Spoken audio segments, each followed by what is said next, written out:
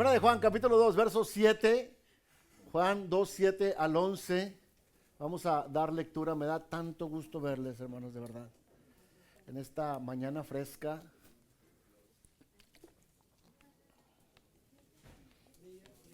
Fresca, fría, ¿verdad? Vaya, póngale atención a esta palabra. Yo le pido, hermano, que si usted puede, en el trayecto de la semana, vuelva a repetirlo. Los hermanos hacen un gran esfuerzo para publicarla a través de las diferentes plataformas. Creo que tenemos por ahí, se puede ver por Facebook, por YouTube y por el podcast. Y por el podcast lo puede escuchar, ¿verdad? A los que tienen productos que son para podcast, usted puede escucharlo por ahí también. Así es de que le pido que lo haga, porque tal vez ahorita me voy un poquito rápido por la premura del tiempo, pero usted ahí lo desmenuza un poquito. ¿Ok? 2, 7 al 11, son varios versos. Por cierto, en el estudio solamente llega hasta el 10, el que usted va a recibir en su casa. Solamente llega hasta el 10, le debo el 11, a ver cuándo se lo pago, pero se lo voy a pagar un día de estos. 2, 7 al 11 dice: amados, no os escribo un mandamiento nuevo, sino un mandamiento antiguo. Póngale cuidado, ¿ok? Que habéis tenido desde el principio. El mandamiento antiguo es la palabra que habéis oído. Por otra parte, os escribo un mandamiento nuevo. Pues, primero uno antiguo y luego uno nuevo. Dice, por otra parte, os escribo un mandamiento nuevo, el cual es verdadero en él y en vosotros, porque las tinieblas van pasando y la luz verdadera ya está alumbrando. 9. El que dice que está en luz y aborrece a su hermano, está aún en tinieblas. El que ama a su hermano permanece en la luz y no hay causa de tropiezo en él. Pero el que aborrece a su hermano está en tinieblas y anda en tinieblas y no sabe dónde va. ¿Por qué? Porque las tinieblas han cegado sus ojos. Amado Señor, estamos delante de tu gloriosa y santa presencia para rogarte de tu presencia, de tu bendición, de tu ayuda, de tu dirección, Padre, de las palabras adecuadas, apropiadas, de la transparencia en el mensaje, Señor. Que me des lenguaje, Señor, para poder transmitir lo que tu palabra quiere decirnos, Señor. No permitas que me desvíe de ninguna manera. Ayúdame, Señor, a ser expositivo en lo que voy a hablar el día de hoy, a la medida de mis capacidades.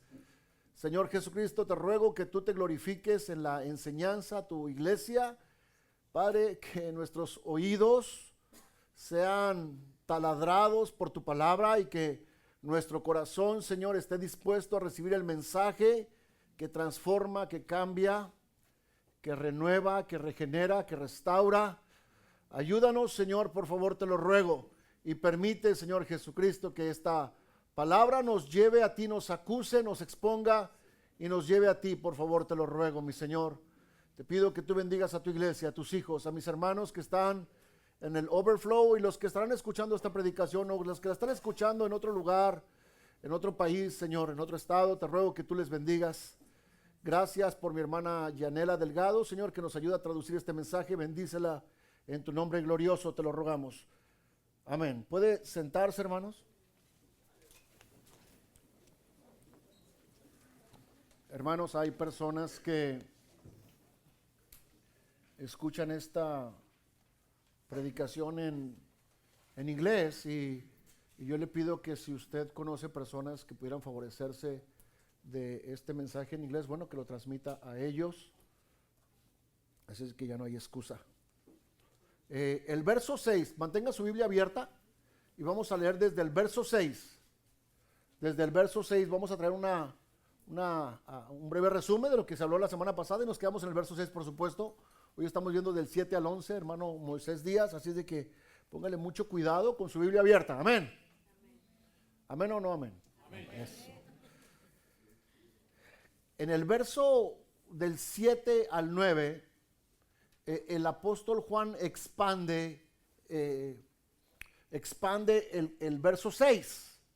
Así de que el verso 6 dice: el que dice que permanece en él, debe andar como él anduvo. La semana pasada concluimos y dijimos que el andar como él anduvo se explicaría de esta manera: el que dice que vive con Jesús debe amar como Él amó. La semana pasada concluimos que mientras los gnósticos enseñaban que madurez es igual a conocimiento, el apóstol Juan está enseñando que madurez es igual a amar al prójimo, a amar al prójimo. Madurez es igual a amar a nuestro prójimo, no solamente en un tipo de conocimiento que por supuesto que beneficia, pero el conocimiento sin acción del conocimiento es vano, es inútil, no sirve para nada. De hecho, es lo que hacían los escribas y lo vamos a ver un poquito más adelante. Cuando nosotros vemos ahora el verso de Primera de Juan capítulo 2, verso 7, y nos dice: amados, no os escribo un mandamiento nuevo, sino un mandamiento antiguo. La pregunta que debe de surgir nosotros es: ¿cuál es este mandamiento? ¿Cuál es este mandamiento? El texto nos arroja otras dos pistas. El mismo texto 7 nos dice que habéis tenido desde el principio. Esa es una pista. Y el otro es, la otra pista que nos da es algo muy interesante, porque dice: el mandamiento antiguo es la palabra, escuche, que habéis oído. ¿Ok? La palabra que habéis oído, escuchado. El texto dijera así: amados, no os escribo un mandamiento nuevo, sino un mandamiento antiguo. ¿Cuál es este? El que habéis oído, que habéis tenido desde el principio. El mandamiento antiguo es la palabra que habéis oído. Juan sin duda tiene en su mente Levíticos capítulo 19, verso 18. Y ese texto nos dice de la siguiente manera: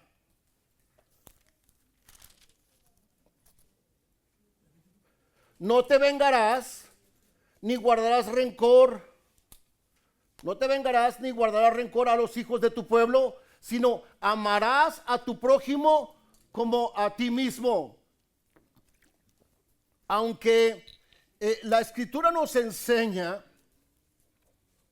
más adelante vamos a ver que está hablando de la palabra hermano, y mientras que Levítico nos habla de la palabra prójimo, puede surgir una pregunta: bueno, ¿a quién se refiere? ¿A la palabra prójimo, como mejor traducido como vecino, a tu vecino, o a la palabra hermano del griego adolfos, de hermano carnal? La realidad es que se refiere a ambas, y esto lo vamos a descubrir conforme vamos caminando en el verso. Así de que Juan, cuando está escribiendo: amados, os escribo un mandamiento nuevo, sino un mandamiento antiguo, su cabeza está en Levítico, en el libro de Levítico, capítulo 19, verso 18. El apóstol deja en claro que el mandamiento antiguo no se ha invalidado. Al contrario, ese mandamiento ahora toma mucho poder, bastante poder. Aún el mismo Jesús, escuche, aún el mismo Jesús refrenda, guarde bien esta palabra, refrenda este mandamiento. Dice así la palabra en Marcos capítulo 12, verso 28.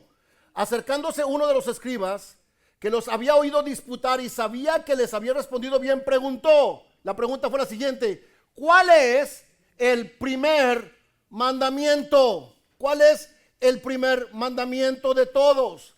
La palabra primer para nosotros tiene un significado. La palabra primer habla de cronología, ¿verdad? Habla de quién llega primero o de quién nace primero. Para el hebreo, para el judío, la palabra primer resulta en el más importante. En el más importante. Y lo vamos a ver cómo lo expresa Jesús. Hermanos, sin duda en la mente de este escriba estaba el primer mandamiento, es el de Éxodo capítulo 20, ¿verdad? Verso 3, no tendrás dioses ajenos delante de mí. O sea, sin duda es posible que esto esté en la mente de quien hace esta pregunta. Y es una pregunta un tanto retórica, porque quien hace la pregunta conoce la respuesta. Pero la respuesta de Jesús queda así. Jesús le respondió: el primer mandamiento de todos es...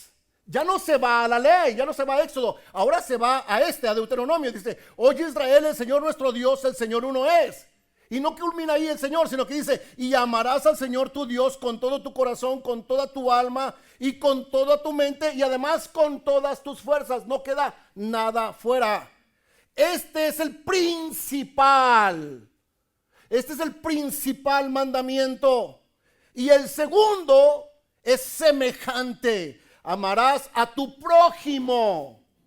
A tu prójimo como a ti mismo. No hay otro mandamiento mayor que estos. Entonces el escriba lo calificó y le dijo, bien, maestro, verdad has dicho, que uno es Dios y no hay otro fuera de él. Y el amarle con todo el corazón, con todo el entendimiento, con toda el alma y con todas las fuerzas, y amar al prójimo como a uno mismo, es más que todos los holocaustos y sacrificios. Jesús le contesta. Mira la respuesta de Jesús. Jesús entonces, viendo que había respondido sabiamente, le dijo, no estás lejos del reino de Dios. Aleluya. Sabía, pero no estaba en el reino de Dios. ¿Se da cuenta? O sea, él sabía, porque la pregunta que está haciendo es una pregunta que él conoce la respuesta. Inclusive él añade a la respuesta del Señor y el Señor le aplaude, por así decirlo, y le dice, has contestado bien. Pero el Señor le dice, no estás lejos del reino de Dios. Y después de eso ya nadie le preguntaba, ¿por qué le diría no estás lejos del reino de Dios, hermano? Simplemente porque sabía, pero no hacía.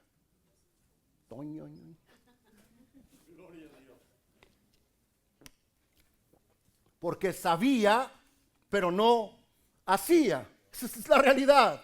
O sea, sin duda, el escriba sabía el mandamiento. O sea, lo sabía, era un escriba. Pero nosotros tenemos que entender que precisamente los gnósticos era en lo que ellos se movían, en el conocer, pero no el hacer. Recordemos que la causa, por favor, recordemos que la causa por la cual el apóstol escribe Primera de Juan específicamente, después acudiremos a las otras dos, es precisamente para acusar a los falsos maestros de estas falsas enseñanzas, a estos falsos gnósticos, los cuales se infiltraban enseñando que deberían de estar de acuerdo con esas enseñanzas y de lo contrario se hacían merecedores de su odio, de su rencor, de su coraje, o sea, de su rechazo a todo aquel que no aceptara la enseñanza que estos gnósticos traían. Eso, hermano, ir en contra, grave esto, ir en contra de lo que ya está estipulado en su palabra se llama herejía, ¿ok? Ir en contra de lo que ya ha sido enseñado por los padres de la iglesia es herejía, De hecho, la palabra herejía, etimológicamente hablando, quiere decir abandonar el mandamiento antiguo. Abandonar el mandamiento antiguo. Después de la era apostólica, precisamente cerrada con el apóstol Juan y con el último libro de Apocalipsis, ya no hay nada más que escribir. Ya no hay nada más que escribir. ¿Por qué decimos esto? Porque es imposible añadir algo nuevo sin remover algo antiguo. No se puede. Para que usted pueda traer algo nuevo y que quepa y que encaje, tiene que remover algo antiguo. Y si usted remueve algo antiguo, es herejía. Y no puede usted traer algo nuevo porque es herejía. Ya todo está escrito, hermano. Gloria a Dios. Todo está escrito. Ahora, vaya conmigo al verso 7. Y vamos a ver que pudiera haber una serie de contradicción, pero no la hay, no hay tal contradicción. Vea el 7 y el 8 conmigo. Hermanos, no os escribo un mandamiento nuevo, sino el mandamiento antiguo que habéis oído desde el principio. Levítico 19:18. Este mandamiento antiguo es la palabra que habéis oído desde el principio. El 8. Sin embargo, os escribo un mandamiento nuevo. ¿Ok? ¿Es nuevo o no? Esa es la contradicción que puede haber. Bueno, vamos a ver. Que es verdadero en él. ¿En qué? En el mandamiento. Que es verdadero y en vosotros. ¿Por qué? Porque las tinieblas van pasando y la luz verdadera ya alumbra. La palabra nuevo aquí está hablando de refrendar. Está hablando de refrendar. La palabra nuevo aquí es muy parecida a cuando usted tiene la capacidad o se encuentra en la necesidad de ir a empeñar algo. usted cuando compra unas placas para su carro, aunque su carro es un año 2010, por así decirlo, usted compra las placas en enero y sus placas son nuevas. Y usa las mismas placas, pero lo que hizo fue que refrendó, renovó las placas, se hicieron nuevas. Ok, el texto 8 está hablando de que se hizo nuevo, pero ¿qué se hizo nuevo? Esto, lo siguiente. En el verso 7 y el verso 8 no se contradicen. Más bien, el mandamiento de amar se representa de forma nueva por el amor de Cristo al vivir, morir y resucitar por nosotros. La idea de que Juan nos quiere poner es que debido a que la luz de Cristo ahora nos alumbra, el mandamiento se hace nuevo. Ok, porque antes escuchamos la palabra, escuchamos el mandamiento. Ahora en Cristo es modelado el mandamiento. Es que el mandamiento de Levítico nadie lo pudo obedecer, absolutamente nadie. Okay, pero se hace nuevo en Cristo porque Cristo modeló este conocimiento, este mandamiento. Por eso Juan dice, este es el mandamiento nuevo que tenemos. Este es el mandamiento nuevo que tenemos. Eso es lo que nos está diciendo. Mire, si usted va conmigo, por favor, vaya conmigo, por favor, al verso 9. Verso 9. Cuando el texto dice, el que está en luz, esto póngale mucho cuidadito, por favor. Cuando el texto dice, el que está en luz, está hablando propiamente del ser interior, ¿ok? El que dice que está en luz no está hablando de algo abstracto, hermanos. Está hablando de algo tangible. Está hablando de algo visible, de algo palpable.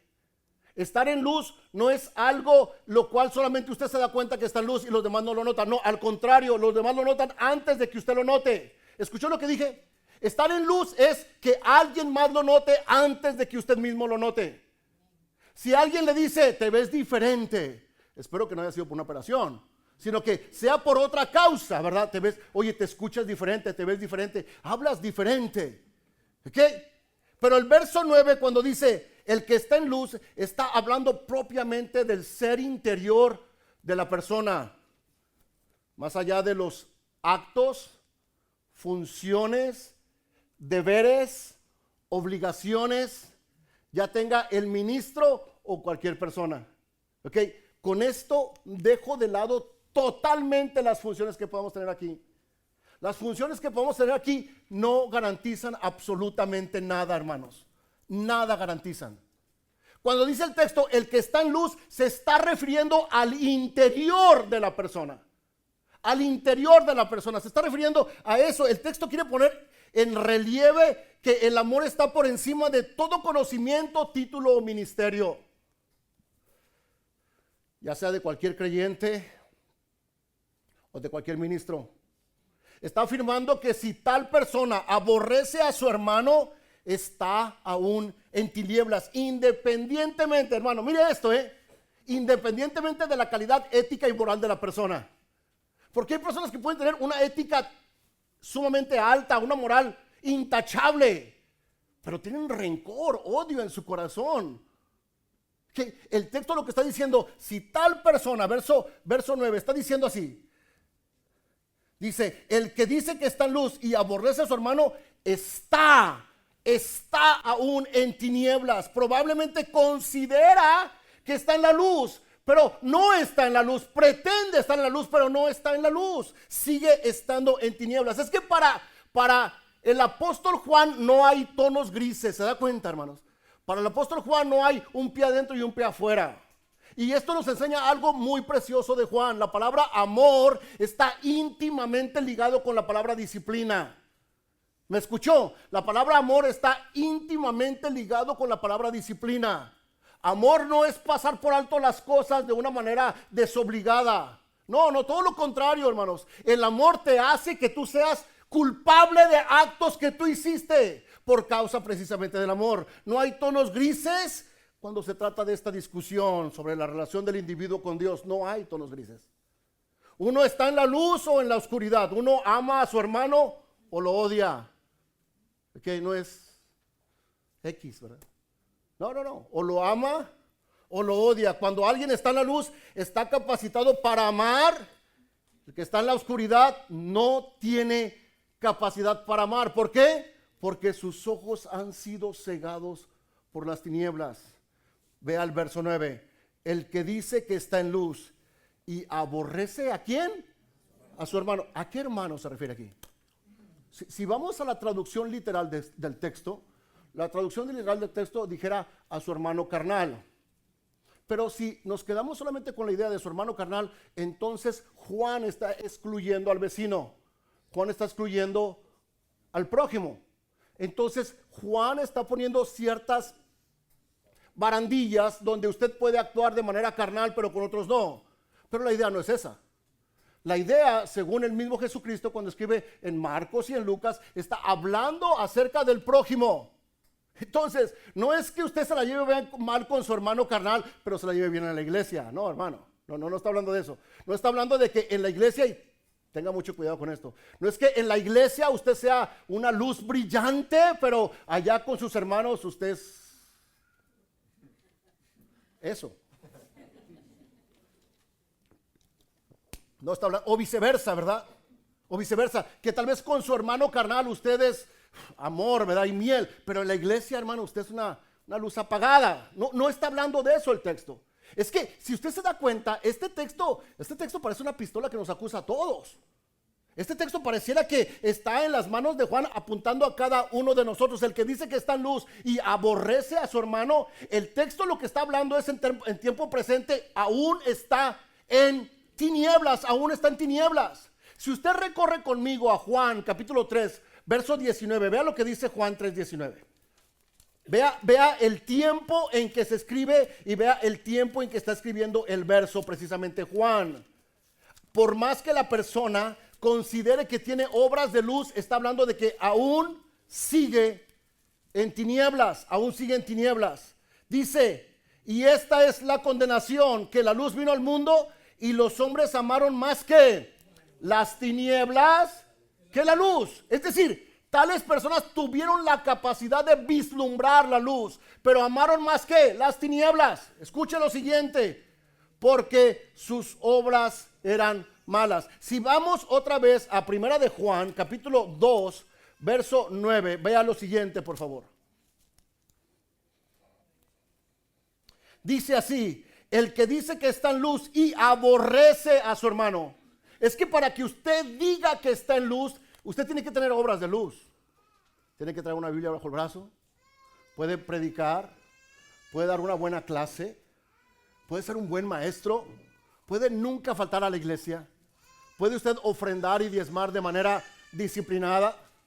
Usted puede ser una persona que siempre ayuda en la iglesia de cualquier manera, sea física, sea monetaria, sea de cualquier forma.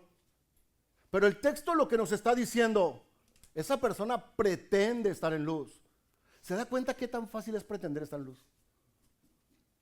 Pero si tal persona aborrece a su hermano, lo que nos dice el texto es que tal corazón no ha sido regenerado, hermanos. Esto no es cosa sencilla. Lo que yo estoy hablando ahorita no es cosa sencilla. Lo que está diciendo el texto es que tal persona no ha nacido de nuevo. O sea, esto está terrible, hermanos. Esto está terrible. O sea, el punto es que odiamos tanto a la persona, la queremos tan lejos de nosotros, pero es la que está manejando nuestro propio destino. Es que vea por favor la ambigüedad del problema. Odiamos a cierta persona, la aborrecemos a cierta persona, pero tal persona maneja nuestras emociones. Estamos muy bien mientras no vemos a la persona, pero cuando la vemos hasta diarrea nos da por ver a la persona. O sea, hermanos, qué terrible que la persona maneja nuestra propia vida. Pero es que la cosa no termina allí, porque eso es meramente humano y carnal. Lo que realmente debería de despertar nuestra cabeza es que no hemos sido regenerados, que hemos aprendido a decir Dios te bendiga, hermano, ¿verdad? Y ahora para mandar un texto le pone DTV porque le da flojera poner Dios te bendiga. Hermano, y en verdad, y luego hemos sabido cómo vestirnos para ir a la iglesia, hemos sabido cómo hablarnos mientras estamos en la iglesia. Hemos sabido cómo comportarnos, cómo saludarnos mientras estamos en la iglesia, mientras está el horario de las 10 a la 1.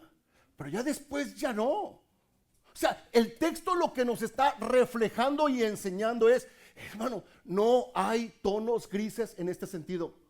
O eres o no eres. O sea, sencillo. No puedes pretender serlo solamente en cierto momento y después no serlo. O eres o no eres.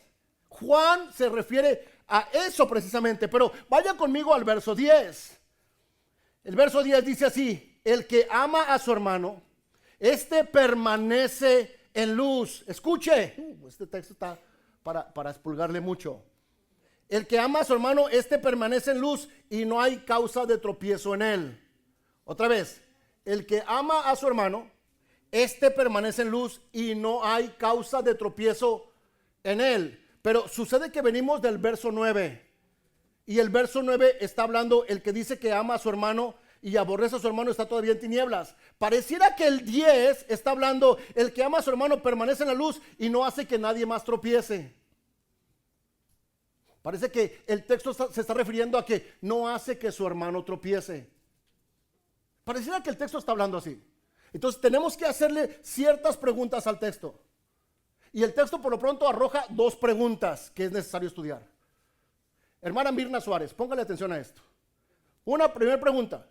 ¿El texto está diciendo que el verdadero creyente no hace caer a nadie porque está en la luz? ¿O nos está diciendo que él no tropieza porque está en la luz? Vamos al verso 9 y 10. Dice, el que dice que está en la luz y aborrece a su hermano está todavía en tinieblas.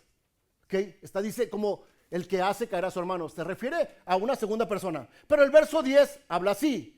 El que ama a su hermano y permanece en la luz. Y en él, ¿qué dice ahí? No hay tropiezo. La primera pregunta es que el verdadero creyente no hace caer a nadie porque está en la luz. O la segunda pregunta es, nos está diciendo que en él no hay tropiezo porque él está en la luz. Los que tienen la Biblia de las Américas dijera así: el que ama a su hermano permanece en la luz y en él no hay tropiezo. Pero los que tienen Nueva Versión Internacional lo explica de esta manera: el que ama a su hermano permanece en luz y no hay nada en su vida que lo haga tropezar a él. No hay nada en su vida que lo haga tropezar. Ahora, aquí queda en relieve la pregunta o lo que quiere decir la palabra tropezar. La palabra tropezar viene de un término escandalón. Quítele la E y en vez de la C le pone la K. De donde viene la palabra escándalo. Escandalón, ¿ok? Y es importante esto. ¿Por qué es importante? Porque el texto nos está hablando no solo de la persona misma, no solo de la persona en sí misma, sino nos está hablando del testimonio de la persona en sí misma que no hace caer a otros. Pero independientemente de eso, hay personas que no les vamos a caer bien y pareciera que la persona está cayendo. Pero ¿a qué se refiere la palabra caer? La palabra caer no se refiere simplemente a resbalarse. La palabra caer es caerse con la finalidad de no llegar a la meta. ¿Escuchó? Por eso el Señor acusa: hay de aquellos que hagan caer a uno de mis pequeñitos. Hay de aquellos que intenten que no lleguen a la meta alguno de mis pequeñitos. ¿Por qué? Porque todo mundo vamos a caer, hermanos. Todo mundo vamos a caer. ¿Ok? Pero lo que el texto está diciendo es de no llegar a la meta, al premio del supremo llamamiento. A esa meta se refiere. El creyente que camina en la luz comparte una intimidad especial con Cristo a través de la obra del Señor. Es decir, Él mismo comparte la vida eterna de Dios. Caminar en la luz es vivir como Cristo vivió al final del día y dar evidencia continua de su permanente unión en la luz y al enfrentar el desafío del pecado diario tal y cual Jesús lo presenció. Pero no solamente eso, también nos da la oportunidad de desarrollar un carácter y una conducta cristiana, hermano, escuche, que esté en sintonía entre lo que hablo y lo que hago. Entre lo que digo y lo que expreso. O sea, el texto nos está diciendo es que tú no vas a hacer caer a nadie siempre y cuando pongas en sintonía lo que dices con lo que haces. Es que estos versos se van recio. O sea, estos versos son sumamente personales. Esto no es algo colectivo, como decía nuestro pastor Díaz el día de hoy. Es algo personal lo que nos está diciendo el texto. Este texto merece que nos hagamos una inspección continua del por qué hago lo que hago, pienso lo que pienso y hablo lo que hablo. Otra vez. Este texto nos debe de obligar a hacer una inspección diaria del por qué hago lo que hago, hablo lo que hablo y pienso lo que pienso. Amén. Vea el verso 11 para culminar.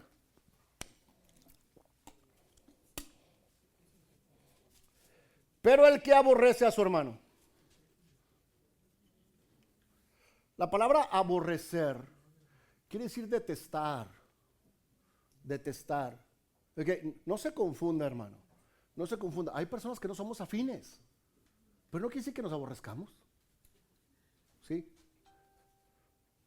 O sea, hay personas que somos distintos en gustos, distintos en maneras de expresarnos. Hay personas que son muy introvertidas y usted cree que a usted le cae mal, pero es que la persona es introvertida.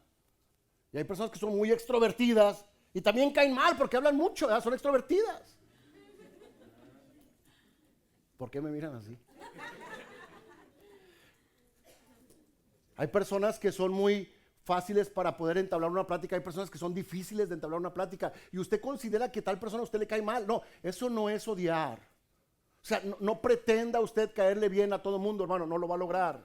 Ni usted misma se cae bien en ocasiones. No, ese no es el punto.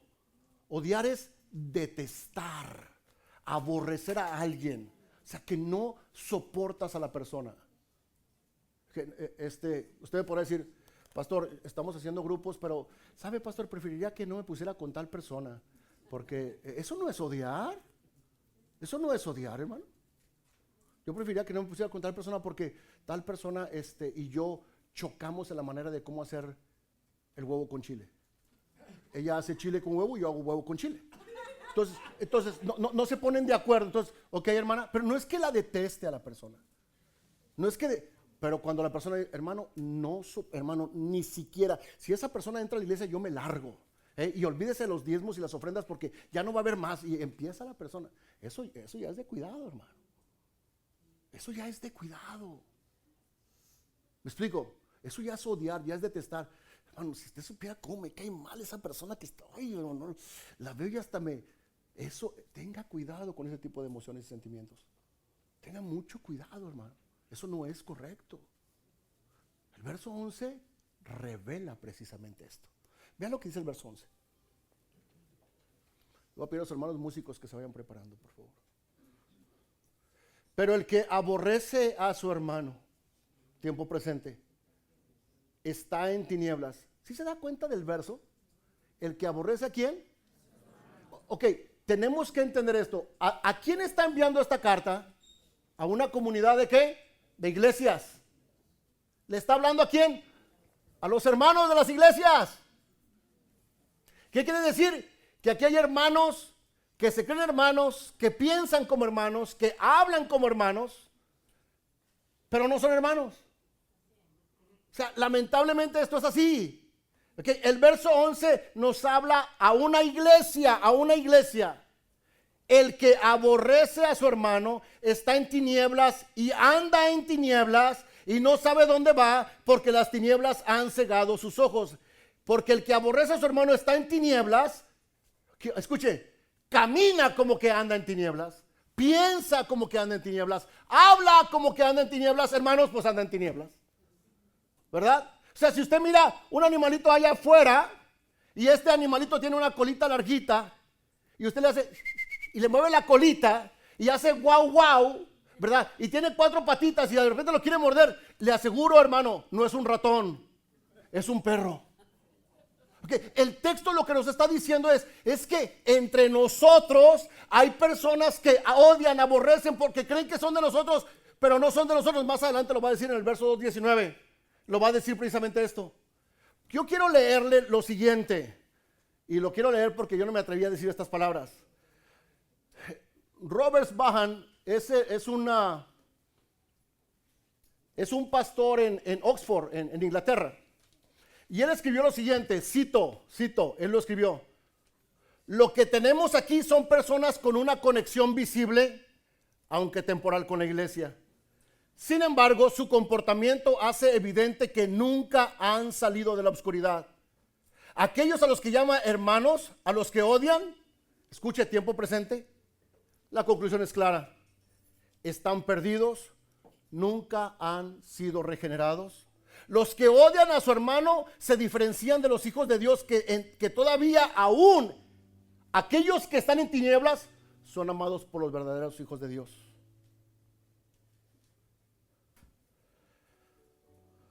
La gravedad de esta situación es que el que afirma estar en luz pero no ama a su hermano es engañado y en realidad es un miembro más de las tinieblas. ¿Escuchó? Se fue recio este hombre. Yo creo que así hablan allá en Inglaterra. Dice así: la gravedad de esta situación es que el que afirma estar en luz pero no ama a su hermano es engañado y en realidad es un miembro más del reino de las tinieblas. ¿Sabe qué es lo lamentable? Está entre nosotros. Y lo saludamos y lo abrazamos y oramos con él y llora con nosotros y participa con nosotros, pero es miembro del reino de Satanás porque odia a su hermano. Ese es Juan. Ese es Juan, el apóstol del amor. Ese es Juan. ¿Cómo está su corazón? ¿Cómo está, hermano? ¿Hay evidencia? ¿Hay evidencia de que usted realmente ama a su prójimo? Y usted sabe a quién me estoy refiriendo, hermano. Usted sabe perfectamente a quién me estoy refiriendo. Cuando yo estoy hablando de esto, inmediatamente le aparecen imágenes en su cabeza de personas, inmediatamente. De personas que le hicieron daño. Mire, vea esto. De personas que la afectaron, que lo afectaron. De personas que lo dañaron. De personas que lo marcaron. Inmediatamente viene a su cabeza esa imagen cuando le dijeron esto, esto y esto y esto. Esa persona, ese familiar, ese hijo, ese padre, ese esposo. ¿Sabe qué es lo extraño, hermano? Que usted no se acuerda de lo que usted dijo. ¿Sabe por qué? Dos cosas. Somos convenientes y nos gusta ser mártires. Nos gusta martirizarnos. Nos gusta ser víctimas. Porque la víctima en este país triunfa. Hermanos, eso no es lo que dice Juan. Eso no es lo que dice Juan. De hecho, Juan se atreve a decir algo muy importante. Aunque tú eres víctima, si tú eres nacido de nuevo, tienes la responsabilidad de amar aún siendo víctima. Así te hayan violado, así te hayan dañado físicamente, verbalmente, psicológicamente, tú tienes la responsabilidad de amar. No se equivoque, no se equivoque. Amar no es volver con la persona, no. Amar no es entablar otra vez relación con aquel hermano o hermana que le hizo daño. No, eso no es, hermano.